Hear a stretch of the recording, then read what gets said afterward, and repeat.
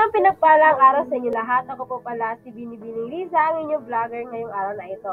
Ngayon, ating tatalakayin ang tungkol sa K-pop. Oops, hindi po K-pop na mayroong mga Koreano ha, kundi tinatawag na itong kultura popular noon at ngayon ng mga Pilipino. Tara, ating tunghayan ito. So, ano ang kulturang popular?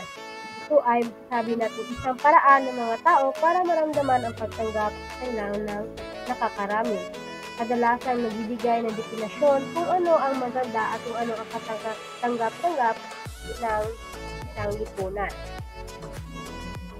Kulturang popular ng mga Pilipino noon at ngayon.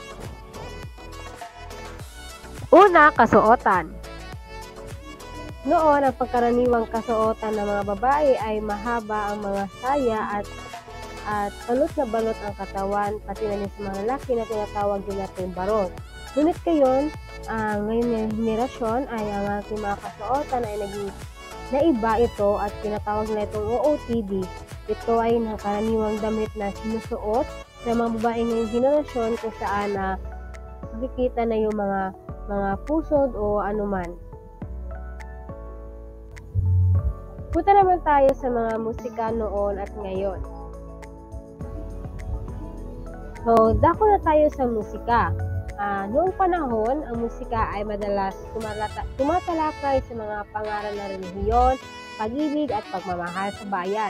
Ngunit sa kasalukuyan, maraming iba't ibang tema ang tinatalakay ng mga musikero, kabilang ang personal na karanasan, social na issue at kahit naman sa politika.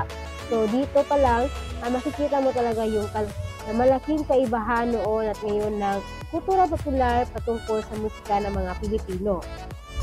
Hindi lamang kasuotan, musika ang naiba sa kultura popular ng mga Pilipino, maging man sa komunikasyon. Tara ating tunghayan ang malaking kaibahan ng komunikasyon noon at ngayon. So, hindi lamang sa kasuotan at musika ang nagkakaroon ng pagbabago. Ganoon din sa komunikasyon natin dahil noon ay ginagamitan ng papel at panulat. Tinatawag nila ito pagsusulat ng liham upang makipag-ugnayan sa mga taong malayo sa atin. Ngunit ngayon, nagkakaroon na tayo ng mga makabagong teknolohiya kung saan maraming mga app katulad lamang ng Messenger, FB, kung saan ay agad-agad may padala ang mga mensahe na nais natin ipahiwatig sa mga taong malayo sa atin. So, dadako na tayo sa panliligaw noon at ngayon. Hindi lamang sa kasuotan, musika at komunikasyon ang nagbabago sa kultura popular ng mga Pilipino. Ganon din maging man sa panliligaw. Malaki ang pinagbabago ng panliligaw at pagpapakita ng pagmamahal noon at ngayon. Dahil noon ay mas romantiko ang pagmamahalan dahil nagsusulatan pa sila ng mga liham at may mga harana pang nagaganap. At ang mga lalaki ay pumupunta sa bahay ng babae upang magbigay galang sa mga magulang nito. At ngunit ngayon ay mas madali na dahil iba't ibang teknolohiya na ang mga naimbento at nauso at meron na rin mga social media, iba pa.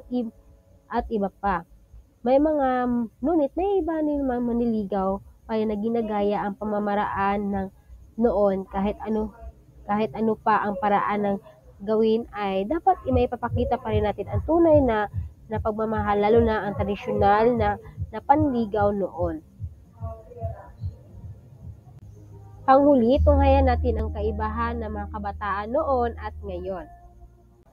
Habang lumilipas ang panahon, marami talagang mga bagay nagbabago. Hindi lamang sa mga kasuotan, musika at komunikasyon, maging man ang pag-uugali, damdamin at gawin ng mga kabataan. Dahil noon ang mga kabataan ay may takot sa kanilang magulang, nagbibigay sila ng respeto sa mga nakakatanda sa kanila at pasunurin sila. Ngunit ngayon, ang mga kabataan ay matitigas ng mga ulo, hindi na nila sinusunod ang mga utos sa kanilang magulang. At ang mga kabataan noon ay puro larong kalye lamang ang alam dahil hindi pa uso ang mga gadget internet. But ngayon, ang mga ang mga kabataan ay hindi sila exposed sa larong kalye, kung saan exposed sila sa mga gadget, internet at teknolohiya, kaya ang kanilang mga gawi, damdamin, maging mga pag-uugali ay iba noon. Ngayon lang po ang aking maibabahagi patungkol sa kultura popular ng mga Pilipino.